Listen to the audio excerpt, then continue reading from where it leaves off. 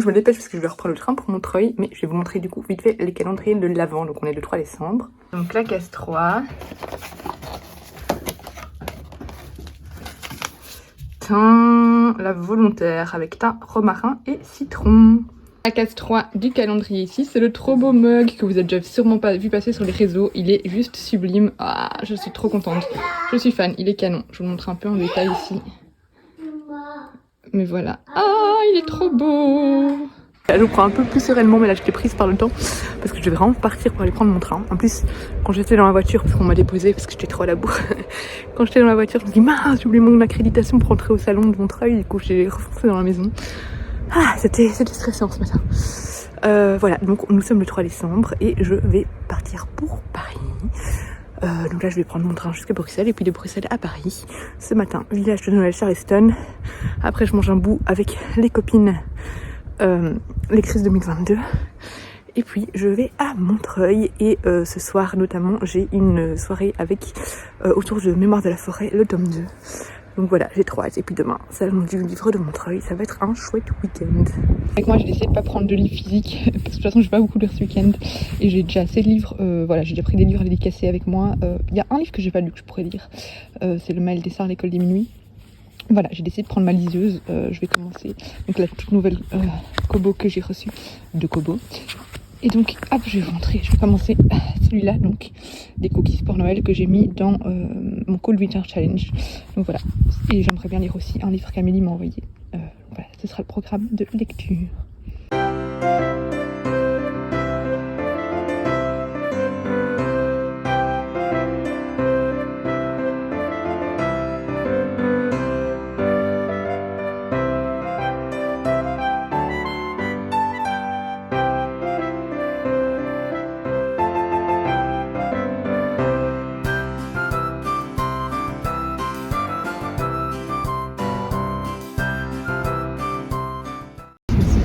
J'ai retrouvé, elle je sais pas qui c'est, et Steph. C'est qui encore elle? Un truc qui vibre, mais je sais plus. Un truc qui vibre. Ah, je pensais à autre chose, mais ok. Et moi j'ai sorti, et il y a Chris qui est venu aussi. J'ai sorti mes oreilles Charleston. Non mais tout le monde s'en cru sur ma vidéo en fait. Voilà.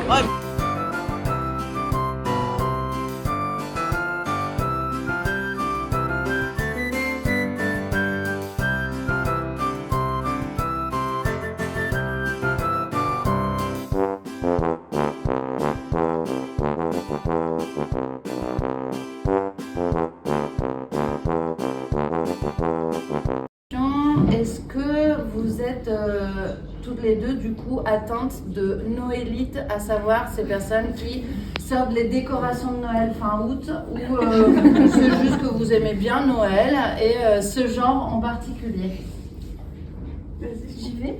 Alors non, je ne sors pas les décorations dès fin août, j'attends le 1er décembre. Ah. Mais par contre, une fois que je m'y mets à fond.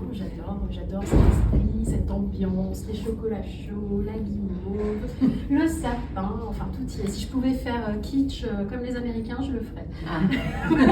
On sent bien les plaids et le chocolat chaud justement sous un ciel étoilé dont on va parler tout à l'heure.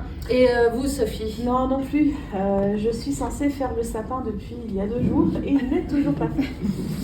Mais qu'est-ce que ça vous inspire Noël justement à toutes les deux? Qu'est-ce que représente pour vous cette période de l'année? Très sincèrement, me concernant, pas les décorations, surtout pas la musique de Maria Carey. Rien de tout ça. Noël, c'est la famille. Et en fait, je mesure ma chance d'avoir une famille avec qui fêter Noël. Et c'est le moment que j'attends le plus dans l'année, à plus forte raison que je ne vois ma famille que 2 fois par an, à Noël et pendant l'été. Donc du coup, Noël, c'est tout ça. Et pour vous, que Sophie, parce que Noël, c'est l'occasion effectivement des retrouvailles en famille. Alors chez nous, c'est même encore un peu plus décuplé. Puisque, je ne veux pas plomber l'ambiance, mais en fait mon grand-père est décédé à 2 jours de Noël, il y a une trentaine d'années, d'un accident. Et les adultes ont fait en sorte qu'on puisse malgré tout fêter Noël. C'était important pour eux voilà, ce côté famille, cocon, pas repli sur soi-même, mais au contraire, ça permet de remettre, voilà, c'est la fin de l'année, on repart sur de bonnes bases, on se retrouve et finalement c'est joyeux. Et un moment de ma vie, je le dis au départ du livre, excusez-moi, c'est le moment d'émotion, puisque mon frère est décédé durant l'écriture. Et en fait, le challenge, c'était de réussir à vous faire rire. Et je me suis dit, voilà, j'avais besoin de cette légèreté, donc j'ai tout repris depuis le début, j'ai relu, je me suis replongée. Et ça fait du bien, en fait, de retrouver ces personnages qui, elles-mêmes, Chloé et Alban, ont subi des choses. On les découvre et elles sont dans une période chacune de reconstruction.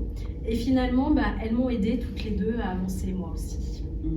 Comment fait-on pour transmettre ce côté reconfortant qu'on recherche en regardant parfois un téléfilm de Noël, chose que je fais beaucoup en ce moment, ou en écrivant ces comédies de Noël, attention à la française, parce qu'on n'est pas, on n'est pas dans le Minnesota, où on vient d'avoir un accident de voiture, tout d'un coup on retrouve le beau pompier, on est comme, il y a beaucoup de raclette ici. On reste dans... Comment on fait? Je me demande si en tout cas, je ne vais pas parler pour vous parce que je ne sais pas ce qu'il y a dans votre tête, mais dans la mienne, ce qui me réconforte, c'est la normalité additionnée à l'espoir. Quand on a tous des petits soucis quotidiens, on aime bien avoir une copine, un copain qui vient nous dire « ça va aller, t'inquiète pas, regarde ». T'as encore de la place, vas-y, tu vas y arriver. Et je trouve que au-delà du gag peau de banane ou du drame qui va vous faire pleurer, ce qu'il faut dans une comédie, Noël, c'est l'espoir. Et pourquoi? Noël, vous arrivez en fin d'année. À ce moment-là, vous n'avez qu'une hâte, c'est que le jour de l'an passe pour que l'année suivante arrive et effacer l'ardoise. Et Noël, c'est le premier marqueur, je trouve, de ce phénomène. Et donc, c'est le moment de donner de l'espoir. Donc on donne des cadeaux à Noël et une semaine après, on souhaite le meilleur, une bonne santé, beaucoup d'argent, un bon travail, une rencontre. Enfin, on vous véhicule de l'espoir. Et je trouve que dans ces comédies de Noël, si on ne passe pas par là, il n'y a pas ce côté réconfortant. Est-ce que vous avez dans vos ouvrages... Attendez, non pardon, je vais laisser pas d'abord, parce que j'enchaîne, sinon le côté réconfortant. Oui, le côté réconfortant, oui, non, mais c'est comment ça, on fait? tout le monde a besoin d'espoir et comme le dit Sophie, la fin d'année c'est ça, on remet un petit peu les compteurs à zéro, on s'offre des cadeaux, on souhaite le meilleur et c'est vrai que on en a tous besoin tout simplement, donc je pense que c'est facile d'écrire sur le sujet, oui, puisque il suffit de regarder des petites comédies de Noël en téléfilm, même si elles sont plus légères, ce que tu ne fais pas. Mais quels sont finalement, comment avez-vous procédé? On en a parlé avec Sophie aussi au téléphone. Donc vous êtes partie par exemple pour vous Sophie du genre fantastique. Aujourd'hui vous avez fait plusieurs comédies romantiques de Noël. Pour Clarisse, pareil, on l'aura compris, on n'est pas du tout à la première. Comment avez-vous et comment pouvez-vous nous expliquer cette évolution que vous avez eue au fur et à mesure avec ces comédies romantiques de Noël? Vous avez peut-être, vous avez attaché plus d'importance à un contexte, à des thématiques, et vous vous êtes carrément attaché à ce genre pour lequel Sophie, c'est clair, depuis 2020. Comment pouvez-vous nous expliquer cette évolution? Alors, j'avais expliqué à Isabelle que en 2020, c'était pas du tout la comédie de Noël qui devait sortir chez Charleston, mais c'était M'asseoir 5 minutes avec toi. Et il m'a été extrêmement difficile d'écrire ce roman en 2020 pour plein de raisons. Et je pouvais pas, et j'ai dit à Charleston, je peux pas, mais par contre, j'ai une idée. Et donc, la comédie est arrivée. Et dans cette comédie, au-delà de la famille, je voulais qu'il y ait un personnage hyper important pour tout le monde à Noël, c'est le Père Noël. J'ai cru au Père Noël, dur comme fer jusqu'à l'âge de 12 ans. Et les gens autour avaient beau me dire qu'ils n'existaient pas, mon mantra c'était les miracles n'existent que pour ceux qui y croient. Le Père Noël est un miracle. Si vous n'y croyez pas, il n'existe pas. Vos parents vous emmènent les cadeaux. Mais si vous y croyez, les cadeaux viennent du Père Noël. Et donc, mais j'y croyais, hein, c'était... Et je vais vous faire une petite révélation. Ma tante adorée, on était en plein été. Elle était en bout de table. C'était la matriarche, hein, la bout de table. Et je lui dis, moi, donc quand même, je suis en 5e. Je lui dis, à Noël, j'aimerais que le Père Noël m'apporte je ne sais pas quoi. Et là, comme un coup près, je pense qu'elle était excédée que je puisse y croire encore, elle me dit, parce que tu crois encore à la mouche qui pète en plein vol, toi. Et ça, c'était le truc, je sais pas, pourquoi est-ce que ça fait mouche? Je ne sais pas. Mais à partir de cela, mon monde s'est effondré et je me dis, mais il n'existe pas en fait. Et je crois que c'est une petite revanche, hein, parce que vous l'avez lu dans ces comédies, il est hors de question de vous laisser entendre que ce personnage n'existe pas. Nicolas Claus existe. Point. On s'attache tous à croire au Père Noël ou au Roi Mage, parce que moi je suis espagnole, donc nous c'est les Rois Mages. Mais oui, c'est une manière surtout de, comme nous disait très bien Sophie, de garder de l'espoir, parfois en voulant y croire encore. Pour vous, en fait, c'est marrant parce que sous un ciel étoilé, donc ensuite cette histoire de sororité avec ces 3 sœurs qui ont toutes les deux des soucis, mais on ne rentre pas encore une fois dans la gravité de ces soucis et vous restez, vous découvrez un peu, on va le dire, Amélie Poulain aussi, dans cette comédie romantique de Noël. C'est votre choix cette fois, Clarissa Barre.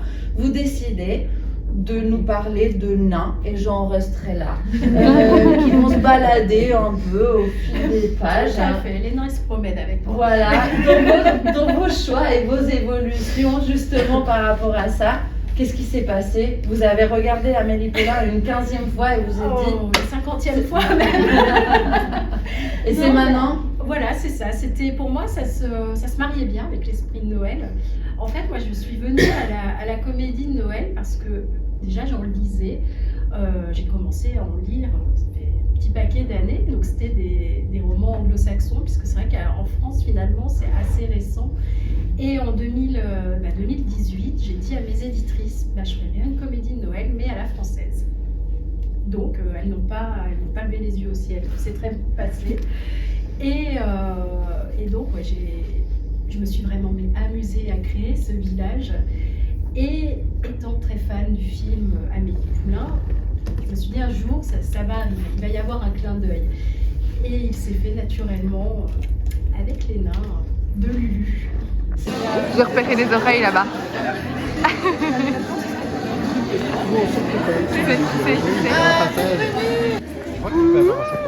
Attends, parce qu'il se passe un drame, je dois venir chanter. Plus fort!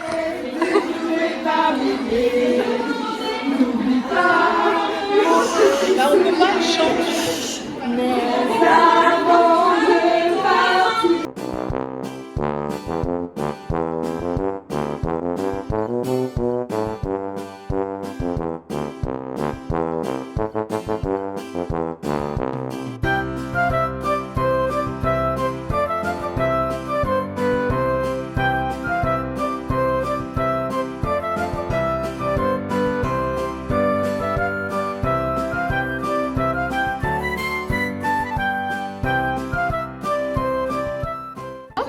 Et puis, waouh! Un et deux. Un et deux, t'as vu? C'est magnifique, hein? Séance photo à la statue. La statue de Pégase? Serait-ce Pégase? Nous ne savons pas. C'est Hercule! Ah non, c'est mon doigt devant. C'est Hercule! Serait-ce Hercule? C'est Hercule. On a bien mangé, on a quitté les filles et maintenant je suis avec Manon. Et on va à Montreuil. Trop bien. C'était quand même triste de déjà partir, mais j'ai hâte d'être à Montreuil quand même.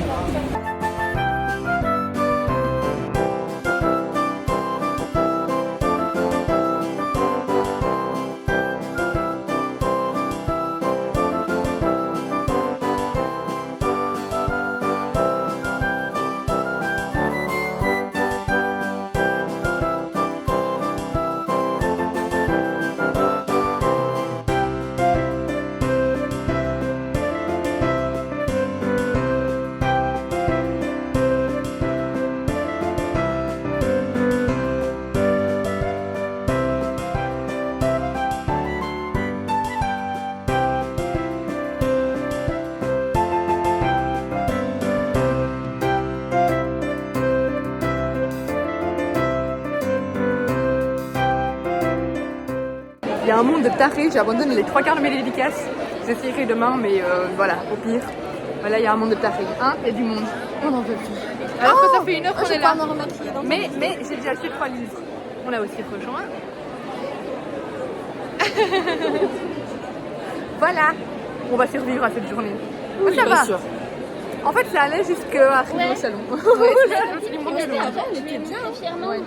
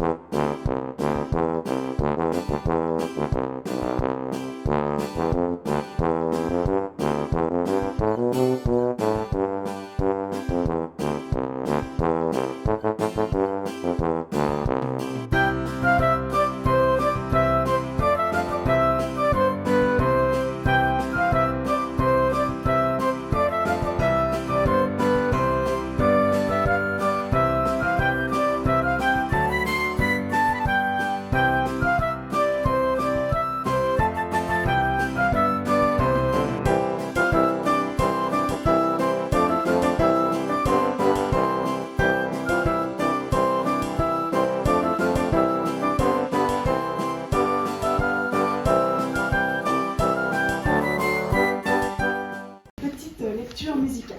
Voilà. Est-ce que vous pouvez mettre votre téléphone portable en vibreur, s'il vous plaît? Merci.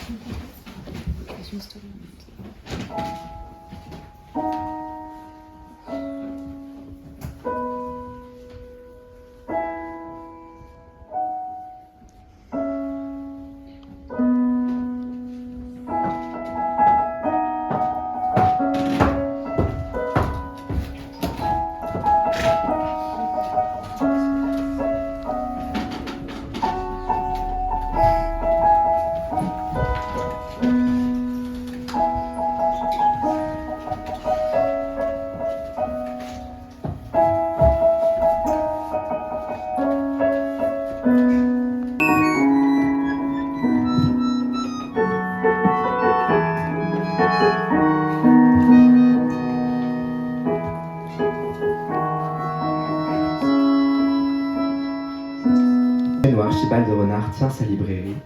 Chaque animal qui le souhaite peut déposer le livre qu'il a écrit et espérer qu'il soit un jour acheté. « À l'aide, mon manuscrit s'envole !» s'exclama Phinéas Tortue. « Mais enfin, maître Renard, n'avez-vous pas hâte de lire mon prochain chef-d'œuvre ?»« Non, pas vraiment. » pensa silencieusement le libraire en caressant ses moustaches. Certains des ouvrages se trouvaient là depuis des années, peut-être même des siècles. La librairie de la forêt avait été léguée au renard par son propre père, Gervais, qui lui-même la tenait de son père, Cornelius, lequel ne se souvenait plus vraiment de qui il la tenait. Ah, même si la vie que je mène me plaît énormément. Danse si tu veux, rêve si tu le souhaites, mais ne grandis qu'un peu dans la forêt secrète. Vois mon amour, comme le temps s'arrête, et les arbres autour seront notre cachette. Dors si tu veux, pleure si tu es triste, tu sais quoi de nos yeux, je ferai des délices. Comptons à rebours, jouons aux devinettes, et les plus mauvais jours feront des jours de fête.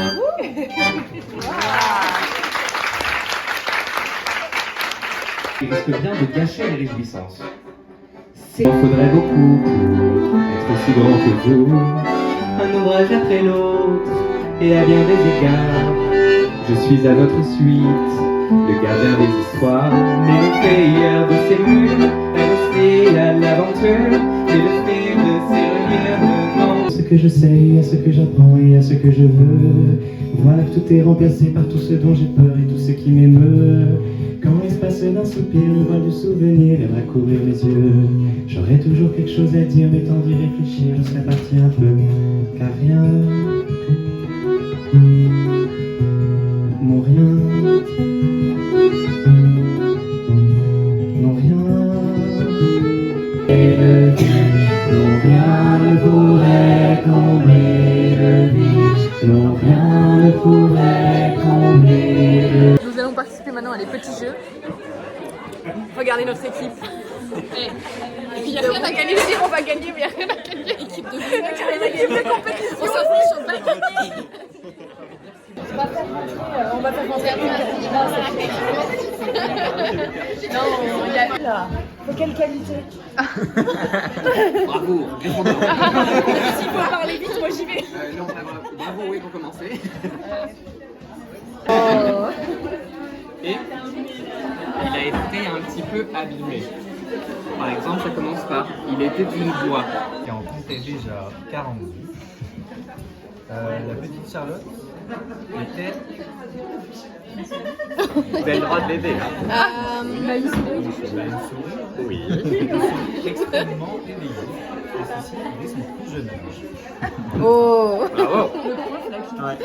À peine âgée de quelques semaines, Charlotte s'était mise... Alors, et l'indice que je dois vous donner, que j'ai moi-même fait mais que j'ai déjà oublié, était dissimulé. Alors, au début, il va falloir slalomer et pour les barres, il va falloir sauter à pieds joints. Là, ça va. Bravo, c'est bon?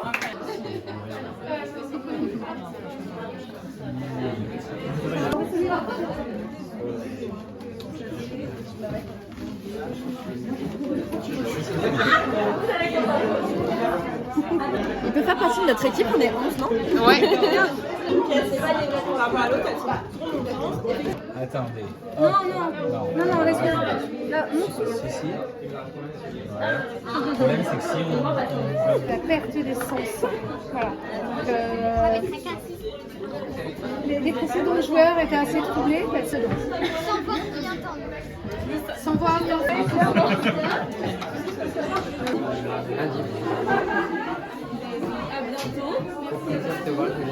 C'est fini la première journée. Maintenant je vais retrouver Tess et Marilyn. Je dors chez Marilyn. Je l'ai toujours pas vue aujourd'hui. Mais demain je passe la journée avec elle. Du coup ça va être trop bien. Regardez-moi la pièce de chez Marilyn. Ah, je vais venir vivre ici. Ça c'est la lampe que je veux voler. Mais j'ai tellement de livres sur moi que malheureusement je vais pas pouvoir le faire cette fois-ci. Voilà, prochaine fois. Oh mon dieu, c'est trop beau. Oh là là. Non mais regardez-moi la Harry Potter qu'elle a. Oh, ils sont trop beaux. Regardez-moi ça.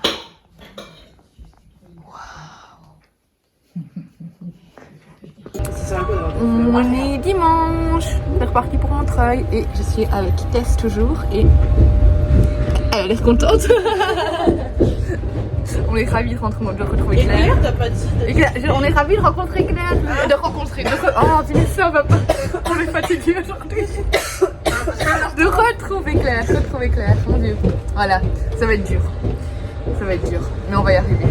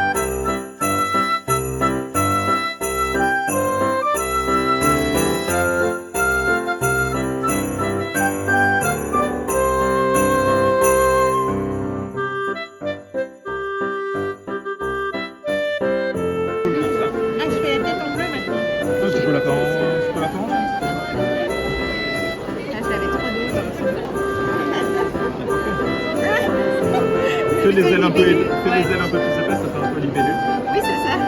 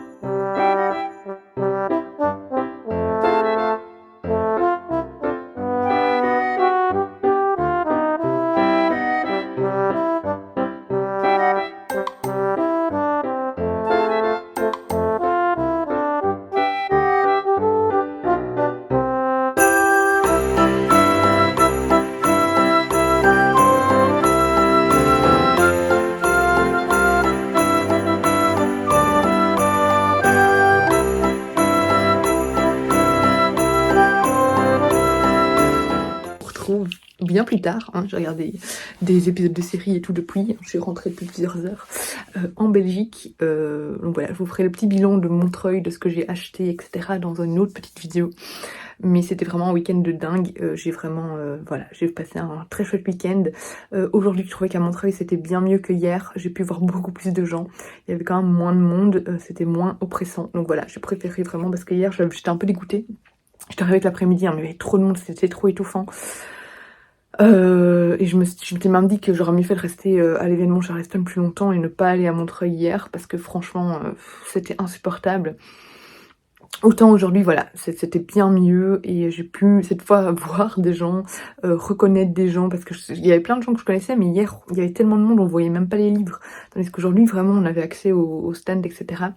Mais voilà, j'ai passé sinon un super week-end qui a commencé du coup avec Charleston, qui a continué avec Montreuil, avec la soirée aussi de lancement de l'école des loisirs qui était juste génial, donc du tome 2 de Mémoire de la forêt. Un moment complètement magique, enfin voilà, vous aurez vu des images, mais c'était incroyable. Et puis revoir les copines, dormir chez Marilyn, enfin voilà, c'était génial. J'ai adoré ce week-end. Je vais ouvrir le calendrier d'aujourd'hui du coup avec vous, puisque voilà, j'ai la case du jour à ouvrir très tard du coup aujourd'hui. Et puis je clôturerai ce vlog sur ces petites notes. 4. Ouh, c'est un thé qui donne envie d'aller en été, tiens, d'aller sur une île. Hop. J'avais pas vu qu'à chaque fois il y avait des descriptions qui étaient là en fait. Donc ici, nous avons un thé rêve d'ailleurs, à l'abricot. Oh, ça doit être trop bon ça. Et donc voilà, c'est clairement un thé qui donne envie de partir en vacances. L'année passée, en janvier, j'étais en Guadeloupe, mais ça me donne envie de retourner en Guadeloupe en janvier. Donc voilà pour le petit thé du jour. La casquette, voilà.